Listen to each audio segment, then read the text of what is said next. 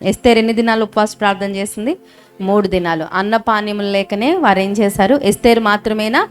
ఎస్తేరు చలికత్తెలు, యూదా దేశపు యూదా ప్రజలందరూ కూడా ఆ యొక్క అహశ్వరోషు సంస్థానాలన్నింటిలో చెదిరి ఉన్న యూదులందరూ కూడా 3 దినాలు ఉపవాసం ఉండి ప్రార్థన చేశారు.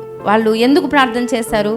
వాళ్ళకి ఒక అత్యాయికమైన పరిస్థితి వచ్చింది. వారి కోసము శత్రువు ఏం చేశాడు అంటే కుట్ర పన్ని మరణ శాసనాన్ని రాయించాడు. మరి ఈ సమయంలో ఆ మరణ శాసనం రద్దు చేయాలి అంటే మరి ఆ యొక్క మరణ శాసనానికి ఎవరైతే మరి ఆమోద ముద్ర వేశారో ఆ రాజు కూడా దాన్ని తిరిగి మరలా అంత స్ట్రాంగ్ అన్నమాట వాళ్ళు రాసినటువంటి శాసనాలు. మరి ఈ సమయంలో మరి వారి ముందు ఒకటే ఆప్షన్ ఉంది. ఒకటి వారు చనిపోవాలి, లేదు అంటే ఆ మరణ శాసనము మార్చబడాలి. మరి చనిపోవడానిక వారి పట్ల యూదుల పట్ల దేవునికి గొప్ప ప్రణాళిక ఉంది. మెస్సయ్య వారిలో నుంచి రావాల్సి ఉంది. వారికి ధర్మశాస్త్రం ఉంది, దేవుని సన్నిధి వారికి తోడుగా ఉంది. కాబట్టి ఆ సమయంలో ఎస్తేరు ఒక శ్రేష్టమైన నిర్ణయం తీసుకుంది.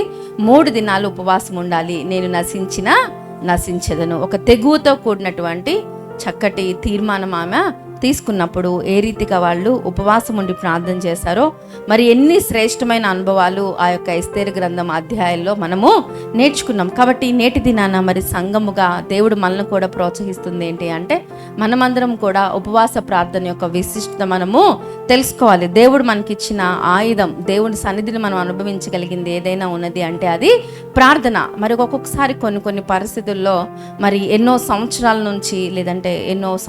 నుంచి తీరినటువంటి సమస్యలు, ఒక్కొక్కసారి మన పరిస్థితి ఇంకా మనకి అసాధ్యమైంది అనుకున్నటువంటి పరిస్థితుల్లో దేవుడు మనకిచ్చినటువంటి చక్కటి ఆలోచన ఏంటి అంటే ఉపవాసం ఉండి ప్రార్థన చేయడం. మరి ఉపవాసం ఉండి ప్రార్థన చేస్తూ ఉన్నప్పుడు మరి మనకేమనిపిస్తుంది? మనము చాలా నీరసంగా అనిపించవచ్చు, లేకపోతే మన వల్ల కాదు అనిపించవచ్చు, లేదు అంటే ఇది మనకి అయ్యే పనే కాదు, దేవుడు ఉపవాసం ఉంటే మాత్రమే మన ప్రార్థనని ఆలకిస్తాడా, లేదంటే మరి ఉపవాసము చేయకపోతే ఆయన ప్రార్థన ఆలకించడా అని రకరకాల ప్రశ్నలు మన హృదయంలో ఉండొచ్చు. కానీ మనం ఎప్పుడైతే ఉపవాసం చేయాలి, ఎప్పుడైతే దేవుని సన్నిధిలో తగ్గించుకోవాలి, మనము లోకమంతా ఏమనుకుంటుంది? మనం మంచిగా పనులు చేసుకోవాలి, బలం కలిగి ఉండాలి, శక్తి కలిగి ఉండాలి అంటే లోకమంతా ఏం చెప్తూ ఉంటుంది? మనం మంచి ఆహారం తీసుకోవాలి, శ్రేష్టమైన ఆహారం తీసుకోవాలి, బలముండే ఆహారం తీసుకోవాలి. ఇప్పుడు మన హాస్పిటల్కి ఒక మామ వచ్చారు, 80 సంవత్సరాల పైనే ఉంటారు.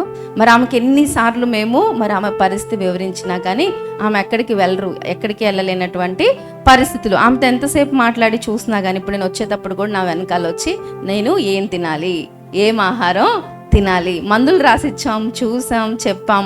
కానీ ఆ అమ్మమ్మ ఉద్దేశం ఏంటి? ముందు ఏది అవసరం, ఈ మందులు ఇవన్నీ కాదు, కానీ నేను ఏది తినాలో చెప్పమ్మా, ఎక్కడికి నేను వెళ్ళను, ఏమైనా పర్లేదు, నువ్వు నాకేం తినాలో చెప్తే చాలు. అంటే మనం ఏమనుకుంటాం? మనుషుడు దేవుని వాక్యం ఏం చెప్తుంది? మనం ఏమనుకుంటామంటే సాధారణంగా మనం మంచి ఆహారం తీసుకోవటం వల్ల, బలమైన ఆహారం తీసుకోవటం వల్ల, 3 పూట్ల ఆహారం తీసుకోవటం వల్ల మాత్రమే మనము శక్తి కలిగి పనులు చేసుకుంటున్నాము. ఒకవేళ ఆహారం తీసుకోకపోతే మనం నీరసపడిపోతామన్న ఒకటి ఆలోచన. కానీ దేవుని వాక్యం ఏం సెలవిస్తుంది? మనుషుడు రొట్టె వల్ల మాత్రమే కాదు, దేవుని నోట నుంచి వచ్చు ప్రతి మాట వర్డ్ ఆఫ్ గాడ్కి ఎంత పవర్ ఉంది అంటే ఈ బైబిల్ గ్రంథంలో ఉన్న ప్రతి మాట కూడా మనకి జీవింపచేయడానికి, బ్రతకడానికి మూలం. మనమేమనుకుంటున్నాం? మనం ఆహారం తీసుకుంటున్నాం కాబట్టి, అది కూడా మంచి శ్రేష్టమైన బలమైన ఆహారం తీసుకుంటున్నాం కాబట్టి, 3 పూటలు తీసుకుంటున్నాం కాబట్టి, తాగుతున్నాం కాబట్టి, అంతే కదా. పిల్లలకు కూడా మనం సాధారణంగా మనం ఏం చేస్తాం? వాళ్ళకి కొంచెం హెల్త్ బాగాలేదు అంటే అన్ని పనులు పక్కన పెట్టి బలవంతంగా వాళ్ళ చేత ఎప్పుడూ లేకుండా కోడిగుడ్లు, అప్పుడే రకరకాల జ్యూస్లు ఏదేదో చేసి వాళ్ళకి బలం తీసుకురావాలని మనం ప్రయత్నిస్తాం. కానీ దేవుని వాక్యం ఏం చెప్తుంది అంటే మనుషుడు దేని వల్ల బ్రతుకుతాడు? దేవుని నోట నుంచి వచ్చు ప్రతి మాట. కాబట్టి మనం ప్రత్యేకమైన తీర్మానం కలిగి, ప్రత్యేకమైన అవసరత కలిగి మనం దేవుని సన్నిధిని వెతకాలి అంటే దేవుడు మనకి ఇచ్చినటువంటి శ్రేష్టమైన ఒక కీ అనుకోవచ్చు, ఒక తాళపు చెవి. ఒక్కొక్కసారి మనకు అనిపిస్తుంది, ఎన్ని సంవత్సరాల నుంచి ప్రార్థన చేసినా ఈ ప్రార్థనకి జవాబు రావట్లేదు, మన ప్రార్థన దేవుడు ఆలకించట్లేదు, మన ఇంకా ఇంతే, పరిస్థితులు మారవు అన్నప్పుడు మనం ఎప్పుడైనా ప్రయత్నించామా? ఉపవాసం ఉండి ప్రార్థన చేయడానికి ఎప్పుడైనా మరి చాలాసార్లు నేర్చుకున్నాం, చాలాసార్లు విన్నాం, చాలా ఫాస్టింగ్ ప్రేయర్స్ మన సంఘంలో కూడా జరుగుతూ ఉన్నాయి. మరి ఎప్పుడైనా మనం ఉపవాసం ఉండి ప్రార్థన చేయడానికి మనం ప్రయత్నించామా? ఇక్కడ మనం ఆలోచించినట్లయితే ఏదో మనం ఉపవాసం ఉండి ఆకలికి మాడిపోయి నీరసంగా అయిపోతే దేవుడు ఇంప్రెస్ అయిపోయి మన ప్రార్థనకి జవాబిస్తారా? ఖచ్చితంగా దేవుణ్ణి మనం ఇంప్రెస్ చేయలేం కదా, దేవుణ్ణి మనం పట్టలేం కదా. ఆయన మన ప్రార్థనకి జవాబిస్తాడు, ఖచ్చితంగా ఆయన సమయంలో ఇస్తాడు, ఆయన అనుకున్న విధంగా ఆయన జవాబిస్తాడు. మనకేం కావాలి? మనకి వెంటనే మనం ఏది అడిగితే అది. మిడాస్ ఆ స్టోరీ గుర్తుందా మీకు? తాకిని అన్నీ ఏమైపోవాలి? బంగారం అయిపోవాలి. ఎంత అత్యాశ! చివరికి ఏం చేశాడు? తన బిడ్డను కూడా తినే ఆహారాన్ని తాకాడు. అదంతా కూడా ఏమైపోయింది? బంగారం అయిపోయింది. బంగారం తినగలడా? తర్వాత ఆశ సరిపోక ఎవరిని కూడా తాకినట్లుగా మనం చూస్తాం, కుమార్తెను కూడా కదా. మనకేంటంటే మనం అనుకున్న విధంగా మనం అనుకున్న సమయంలో మనకి ప్రార్థనకి జవాబు రావాలి. కానీ సమస్తం మీద అధికారం ఉన్న దేవునికి ఎప్పుడు ఏది ఎలాగా మన జీవితంలో మనకి దయచేయాలో ఆయనకి మనకి తెలుసు. మరి అలాంటప్పుడు మనం ఉపవాసం ఉంటేనే దేవుడు మన ప్రార్థన ఆలకిస్తాడా? లేకపోతే ఉపవాసం ఉండడాన్ని బట్టే ఈ ప్రార్థనకి వెంటనే దేవుడు 2 సంవత్సరాల తర్వాత, సంవత్సరం తర్వాత చేస్తానన్న మేలు ఇప్పుడే చేసేస్తాడా అంటే కాదు. ఉపవాసం చేస్తే ఏమవుతుంది అంటే దేవుని యొక్క చిత్తం ఏంటో మనకు అర్థమవుతుంది. మనకి దేవుని యొక్క చిత్తంతో దేవుని సమయం కొరకు కనిపెట్టడం మనకి అర్థమవుతుంది. ఇంకా చెప్పాలి అంటే మన యొక్క స్పిరిట్, మన యొక్క ఆత్మ దేవునితోటి అనుసంధానం అవుతుంది. మనం ఆకలి ఆహారం తీసుకోకపోతే ఏమవుతుంది? మన కడుపులో ఏమొస్తూ ఉంటాయి? సౌండ్స్ వస్తాయి, రకరకాల సౌండ్స్ వస్తూ ఉంటాయి. కానీ ఎప్పుడైతే మనం ఉపవాసం చేస్తామో ఏమవుతుందో తెలుసా? మన ఫ్లెష్, మన శరీరము అది నిమ్మలించిద్ది. మన యొక్క స్పిరిట్ మన దేహం మీద, అంటే ఆత్మవశంలో మనం ఉంటాము. ఆత్మ దేవుణ్ణి మనం అర్థం చేసుకోవడానికి, ఆయన యొక్క ప్రణాళికను అర్థం చేసుకోవడానికి మనము ప్రయత్నిస్తాం. అందుకే మరి బైబిల్ గ్రంథంలో మరి ఎస్తేరు 3 దినాలు ఉపవాస ప్రార్థన చేసింది. ఏం జరిగింది ఆమె శరీరంలో? 3 దినాలు ఉపవాస ప్రార్థన చేసినప్పుడు ఎందుకు 3 దినాలు మాత్రమే ఆమె చేసింది అంటే, ఎప్పుడైతే వాళ్ళు ఉపవాస ప్రార్థన స్టార్ట్ చేశారో, మీరు ఎవరైనా కనుక ప్రయత్నిస్తుంటే మొదటి రోజు చాలా ఆకలేస్తుంది, 2వ రోజు కొంచెం మన శరీరం మన స్వాధీనంలోకి వస్తుంది. కానీ ఎవరైనా ప్రయత్నిస్తే మూడవ రోజు మరేమొస్తుందో తెలుసా? చక్కటి స్పష్టత వస్తుంది. మనకి ఒక్కోసారి దేవుని స్వరం వినకుండా ఏ చుట్టుపక్కల ఏ ఆటంకాలు ఉన్నాయో స్పష్టంగా దేవుని యొక్క స్వరాన్ని మనం వినగలుగుతాం. ఆ 3 దినాలు ఎస్తేరుకి, మిగిలిన యూదులకి ఏం జరిగింది అంటే, వాళ్ళ యొక్క ఫ్లెష్ని, అంటే వాళ్ళ యొక్క శరీరం యొక్క మాటను వింటాన్ని, శరీరాన్ని బట్టి కనుక ఎస్తేరు ఆలోచిస్తే ఏం జరిగేది చెప్పండి? భయం వచ్చేది, ముందు ఆందోళన వచ్చేది. అసలు ఇక భయం, అమ్మో ఇంకా నా వల్ల కాదు, నేను అసలు 30 దినాలు అసలు ఏమాత్రం కూడా ప్రవేశించడానికి ఏమాత్రం అవకాశం లేదు, నేను ఇప్పుడు గనుక వెళ్తే ఇంక నా పని అయిపోయినట్లే. కానీ ఎప్పుడైతే 3 దినాలు ఎస్తేరు ప్రార్థన చేసిందో ఆమెకి చక్కటి దేవుని జ్ఞానం, ఆమె శరీరంలో ఆటోఫేజీ జరిగింది. ఏంటంటే ఆమె హార్మోన్స్, అంటే టాక్సిక్ సెల్స్ ఆహారం తీసుకోవటం ద్వారా బయట నుంచి వాటి వల్ల మన శరీరంలో ఏవైతే మనము ఎప్పుడు తింటూ ఉంటే ఏం సరిపోద్దంటే మన దేహానికి తినదాన్ని అరిగించుకోవడానికే సరిపోతాయి. ఎప్పుడు కూడా మన దేహంలో వ్యర్థ పదార్థాలు అనేవి, టాక్సిక్ సెల్స్ అనేవి, అవన్నీ కూడా ఇన్ఫ్లమేటరీ సెల్స్. ఇవే క్యాన్సర్కి, మనకి చాలా లైఫ్ స్టైల్ డిసీజెస్కి అవసరమైనవి. చాలా ప్రీ క్యాన్సరస్ సెల్స్ అంటారు, లేకపోతే టాక్సిక్ సెల్స్ అంటారు, ఫ్రీ రాడికల్స్ అంటారు అనమాట.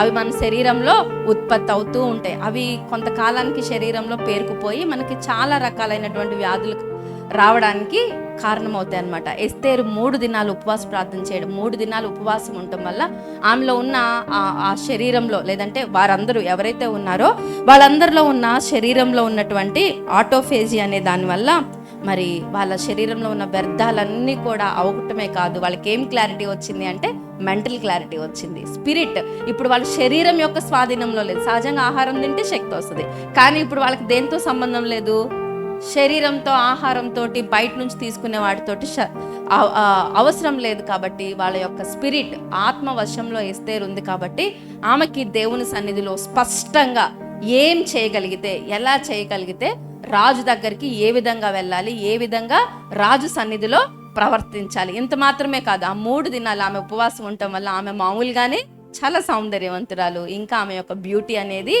అందం ఎన్హాన్స్ అయిపోయింది. ఆమెలో మరి ఫ్లెష్కి సంబంధించిన, అంటే శరీరానికి సంబంధించిన అన్నీ కూడా పక్కకు వెళ్ళిపోయినాయి. కాబట్టి రాజు చూడగానే ఆమె ఎవరి దయ పొందుకుంది? రాజు దయ పొందుకుంది. అంటే నేను మీ అందరినీ కూడా 3 దినాలు ఈ రీతిగా ఆహారం తీసుకోకుండా, పానీయం తీసుకోకుండా ఉపవాసం ఉండమని నేనైతే ప్రోత్సహించట్లేదు. కానీ మరి నిజంగా ఒకవేళ కనుక మీరు ఆశ కలిగితే కొరింథీయులకు రాసిన పత్రిక, 2 కొరింథీయులకు రాసిన పత్రిక 12 అధ్యాయము 10వ వచనం. సహజంగా మనం ఎందుకు ఉపవాసం చేయం? అమ్మో, ఒక పూట తినకపోతే ఏమవుతుంది, ఒక రోజు తినకపోతే ఏమవుతుంది, 3 రోజులు తినకపోతే ఏమవుతుంది, ఇలా మనం అనుకుంటాం కదా. కానీ దేవుని వాక్యం ఏం సెలవిస్తుంది? కొరింథీయులకు రాసిన 2వ పత్రిక 12వ అధ్యాయము 10వ వచనము, నేనెప్పుడు బలహీనుడునో అప్పుడే బలవంతుడిని. ఒకవేళ మనము ఆహారం తీసుకోకుండా గనక మనం వీక్ అయిపోయామే అనుకోండి, బలహీనపరచబడ్డామే అనుకోండి, అప్పుడే మనం ఎవరో అంట?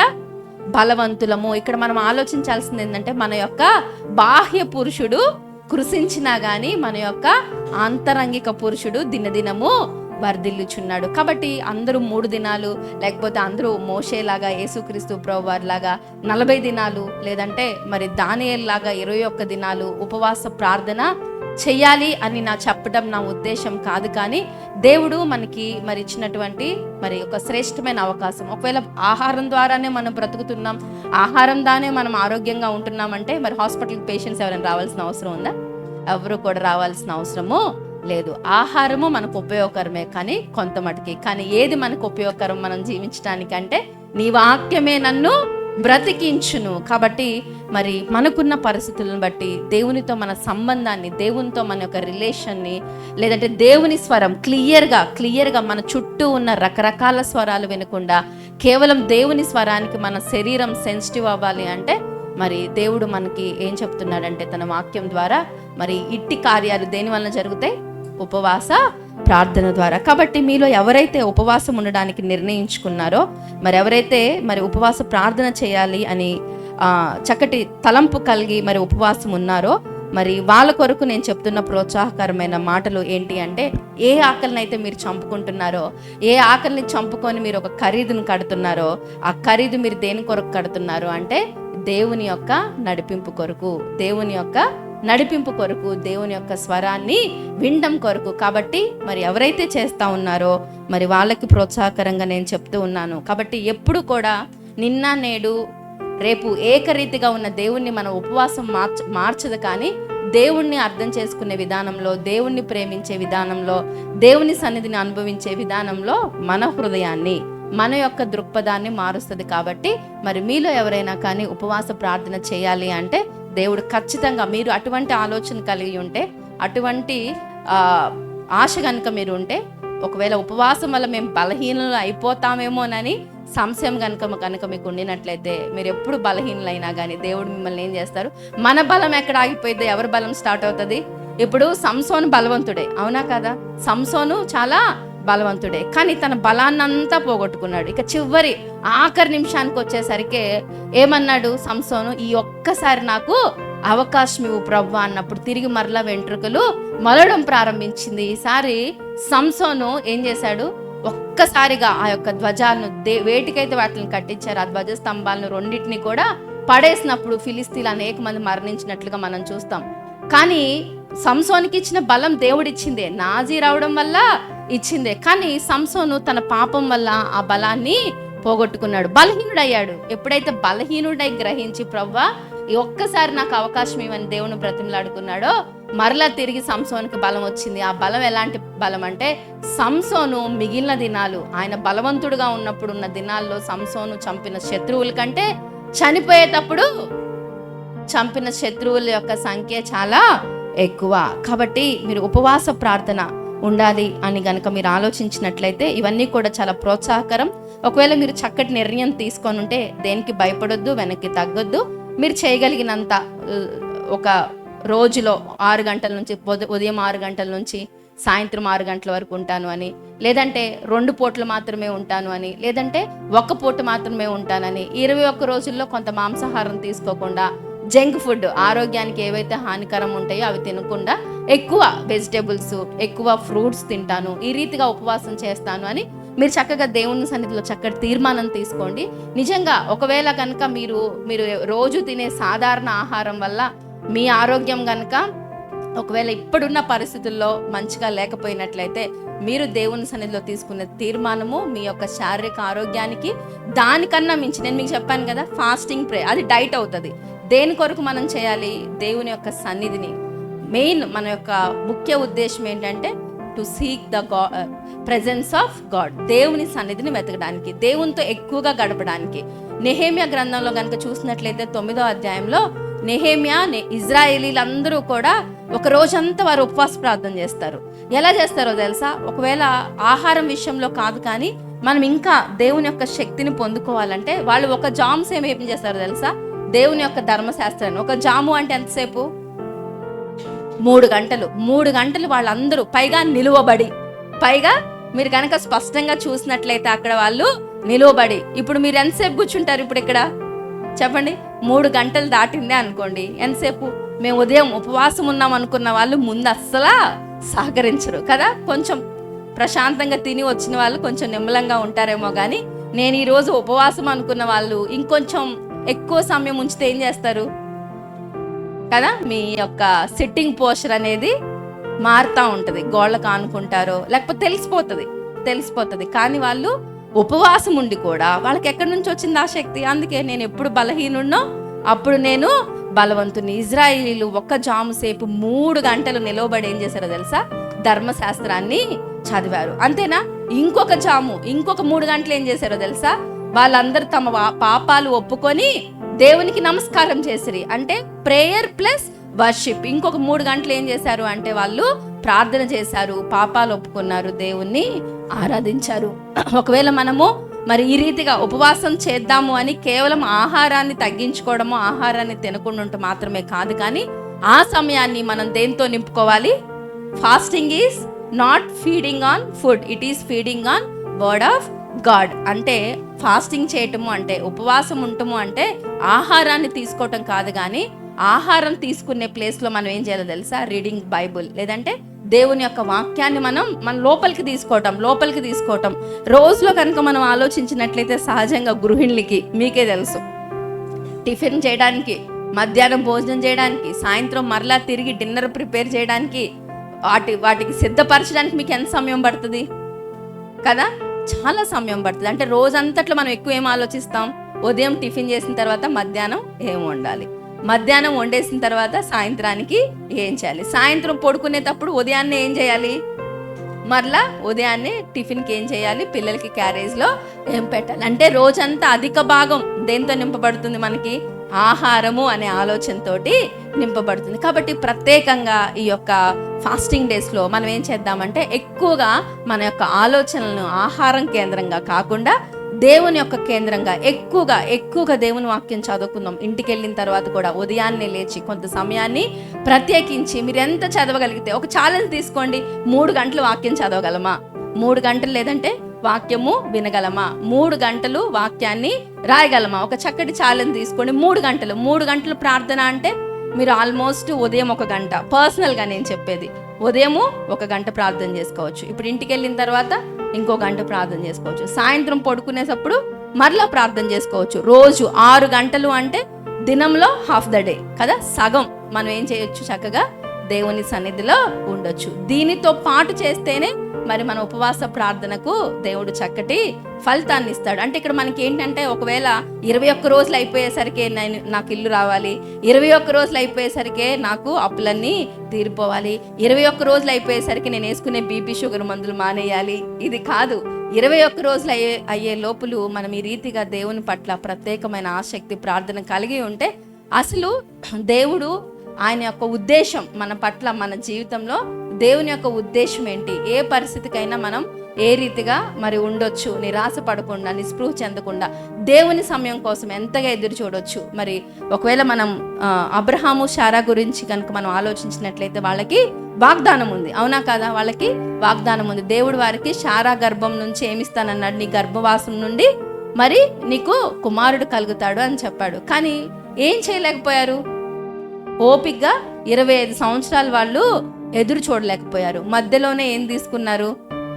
ఒక తీసుకోకూడనటువంటి నిర్ణయం తీసుకున్నారు. శారమ్మ ఏం చేసింది? తీసుకొని పోయి హాగర్నిచ్చి. దానివల్ల వాళ్ళు ఎంత పర్యావసనం. ఒకవేళ అనిపించవచ్చు ఎప్పుడో 25 ఏళ్ళ ముందు 25 ఏళ్ళ తర్వాత పుట్టాల్సినోడు ఒక 14-15 సంవత్సరాల ముందే పుట్టవచ్చు, కానీ దానివల్ల ఎంత వినాశనం జరిగింది. ఒక్కొక్కసారి దేవుడు నీకు కారు, మనం చాలాసార్లు చూసినట్లయితే ఈ యవన బిడ్డలకి కార్ యాక్సిడెంట్స్ అవుతూ ఉంటాయి.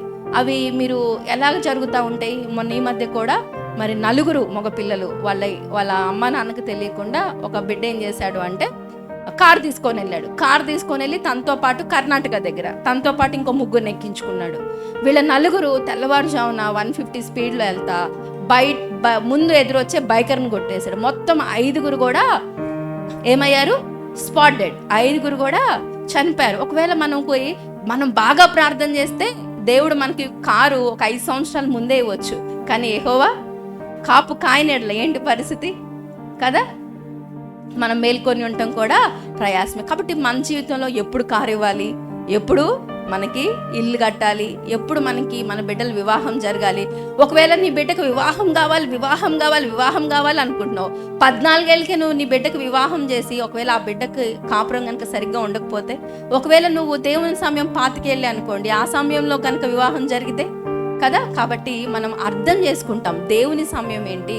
దేవుడు మన జీవితంలో జోక్యం చేసుకుంటే మన జీవితం ఎంత ఫలభరితంగా ఉంటుంది, ఎంత ఫ్రూట్ఫుల్గా ఉంటుంది. ఆ 3 దినాలు ఉపవాస ప్రార్థన చేసినప్పుడు, లేదా ఆ ఉపవాస ప్రార్థన ఏం చేస్తుందో తెలుసా, ఒక్కొక్కసారి మనం దేవుని స్వరాన్ని వినలేమేమో, వినకుండా రెబేలియస్గా అంటే తిరుగుబాటు చేసేవారుగా ఉండొచ్చేమో. యోనా ఏం చేశాడు? మత్యం కడుపులో యోనా ఏం చేశాడు? దేవుడు ఏం చెప్పాడు? నువ్వు నినివే పట్టణానికి వెళ్ళి ఏం చేయమన్నాడు? సువార్తను ప్రకటించమంటే ఏమన్నాడు? నేను పోనంటే పోను. ఆయనకి 5 కక్షలు ఉన్నాయి. ఏమన్నాయి? ఆయనకి 5 కక్షలు ఉన్నాయి. నేను పోనంటే పోను అని చెప్పి ఆయన ఏం చేశాడు? తర్షీష్కి వెళ్ళే ఓడ. ఇప్పుడు ఏం జరిగింది?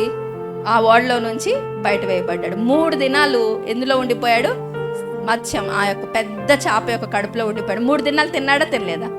3 దినాలు ఎప్పుడైతే ఆహారం తీసుకోలేదో ఇక ఫ్లెష్ మాట వింటాం, అంటే శరీరం మాట వింటాం యోనా మానేశాడు. ఇక ఆత్మవశంలోకి వచ్చాడు. స్పిరిట్ ఆత్మవశంలోకి వచ్చి ఇప్పుడు ఇక ఏం చేశాడు? మెల్లగా కామ్గా ఎక్కడికి పోయాడు? నినివే పట్టణానికి వెళ్ళాడు. ఒకవేళ చాలా సంవత్సరాల నుంచి నువ్వు దేవుని మీద, దేవుని యొక్క సన్నిధి మీద, దైవ సేవకుల మీద, లేదంటే కొన్నిటి మీద నువ్వు తిరుగుబాటు చేస్తూ ఉన్నావేమో, అవి నీకు, నీ జీవితానికి, నీ కుటుంబానికి ఏమాత్రం క్షేమము కాదు. నువ్వు ఎప్పుడైతే ఉపవాసం ఉండి దేవుని సన్నిధిలో నువ్వు ప్రార్థించడం నేర్చుకుంటావో, దేవుని విషయాల్లో నువ్వు వేటిల్లో వ్యతిరేకంగా ఉన్నాయో, ఎక్కడ నువ్వు దేవుని యొక్క స్వరాన్ని వింటం నువ్వు మానేసావో, తిరిగి మరలా దేవుడు తన స్వరాన్ని వినిపింపజేస్తాడు. అపోస్తలుడైన పౌలు 3 దినాలు ఉపవాస ప్రార్థన చేశాడు. ఏం జరిగింది అప్పుడు? 3 దినాలు అతని కళ్ళు అంధత్వం వచ్చింది. 3 దినాలు ఆహారం పానీయం తీసుకోలేదు. 3వ దినాన దేవుడు ఎలాగ అననీయ ప్రార్థన చేసినప్పుడు కనులు తెరవబడ్డాయో చూసాం. అక్కడేమయ్యాడు? ఆ 3 దినాల్లో పౌలులో ఉన్న మత సంబంధమైన వ్యక్తి చనిపోయాడు. ఇక మతం చనిపోయింది, రిలీజియన్ అనేది తనలో ఉన్న ధర్మశాస్త్రాన్ని ప్రేమించి ధర్మశాస్త్రం కోసం హింసించే ఆ యొక్క హింసా ప్రవృత్తి, నాది, నేను, నా మతం అనే ఆధిక్యత తగ్గిపోయింది. ఎవరు వచ్చారు? క్రీస్తు. ఇక అప్పటి నుంచి నేను బ్రతుకుట క్రీస్తే, చావైతే మేలే. కాబట్టి ఉపవాస ప్రార్థన మనల్ని మనం ఎలాగ తగ్గించుకోవాలో, శరీరం మీద ఆధారపడకుండా కేవలము యేసుక్రీస్తు ప్రభువారు ఏమన్నారు? బావి దగ్గర ఈయన ఎవరితో మాట్లాడుతున్నాడు? ఆయన తినటానికి ఆయనకి ఆహారం ఉందేమో అంటే ప్రభువారు ఏమన్నారు? తినుటకు నాకు ఏమంటే ఏంటిది? అది దేవుని యొక్క పని, దేవుని యొక్క చిత్తము. కాబట్టి ఆహారము అనేది ఉపవాస ప్రార్థనలో అంత ప్రాముఖ్యమైనది కాదు. దేవుని సన్నిధిలో మనం గడిపి ఎంత శక్తిని అయితే ఆహారం ద్వారా కాదు, దేవుని వాక్యం ద్వారా శక్తిని పొందటం మనం నేర్చుకుంటాం. కాబట్టి మీరు ఎవరైనా ఉపవాస ప్రార్థన చేద్దాము, ఇంత సమయం చేద్దామని నిర్ణయించుకొని ఎవరైనా చేయలేక నీరసపడిపోతే, లేకపోతే ఆ నిర్ణయం నుంచి వెనక్కి వస్తే ఏం పర్లేదు. దేవుడు మీరు తీసుకున్న నిర్ణయాన్ని ఆయన బలపరుస్తాడు. ఒకవేళ మీరు బలహీనంగా ఉంటే దేవుడు మిమ్మల్ని బలపరుస్తాడు. దేవుడు ఖచ్చితంగా శక్తిని దయచేస్తాడు.